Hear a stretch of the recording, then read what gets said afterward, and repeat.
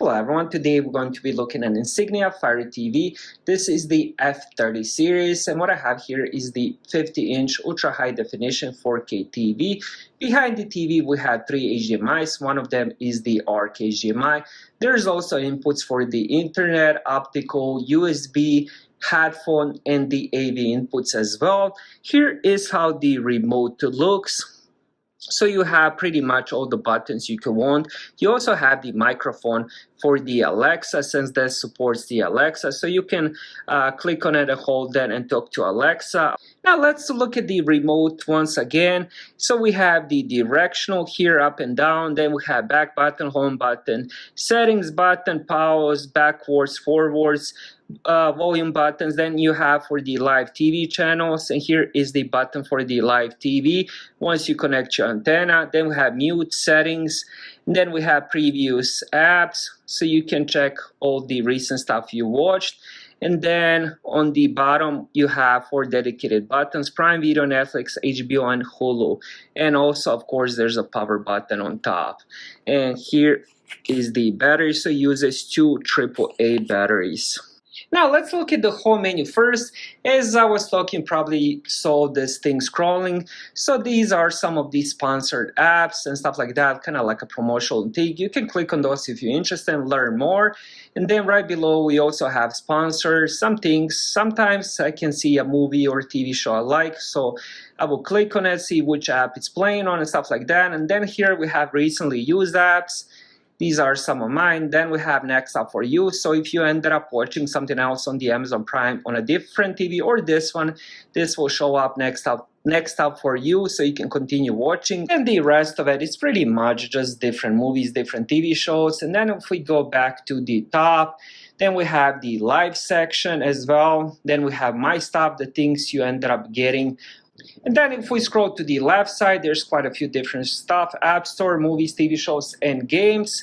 And then we can also do the inputs themselves. So you can do antenna, HDMI 1, 2, 3, and composite AV inputs as well. Now let's look at the settings as well. I did receive a couple questions about does it support Bluetooth, and yes it does. So you can just go here, and if we scroll down here to the controllers, Bluetooth and devices, so we're gonna click on this, and here we're gonna go other Bluetooth devices, and here we can add a Bluetooth device. I already added some headphones recently, but you can also add other Bluetooth devices like headphones, gaming controls. Because this supports, you can actually play some games with this. So you can add, like for example, Xbox controller, which is Bluetooth.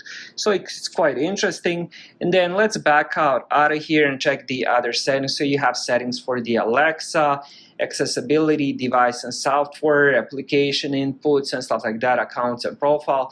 And here is the network. There's also display and sound. Let's check that next. So we have picture settings, sound settings, display settings. And then if we go back, and here we can control the Apple AirPlay and HomeKit as well, power controls, audio. Then we can enable display mirroring. So if you're using, for example, Android phone, or as I earlier mentioned, iPhone, you can do that as well. And then you also have HDMI CEC device control. If you want to control that with the remote, you can do that as well. So quite a lot of different settings. For me to explain all the settings will take a long time, so I'm just going to show you briefly all this. And also you have preferences, parental controls, data usage monitoring, feature content, and all that. Now let's go back to the home menu. Next, let's talk about the quality. For me, at least, I watch a lot of 4K movies, but mostly I watch in 1080p resolution, and it looks really, really good. I had a lot of different 4K TVs, and this is definitely one of the better ones. When it comes to the sound, I did end up getting the sound bar first, but once I actually got the TV, I realized I don't even need the sound bar. The sound is pretty good as well. No complaints with that either. So you have good picture, good sound, you know, and then you also have the Fire TV built in, which is quite amazing. Fire TV is definitely one of my favorite. Overall, this is a really, really good TV, and I would definitely recommend that. Thank you guys for watching.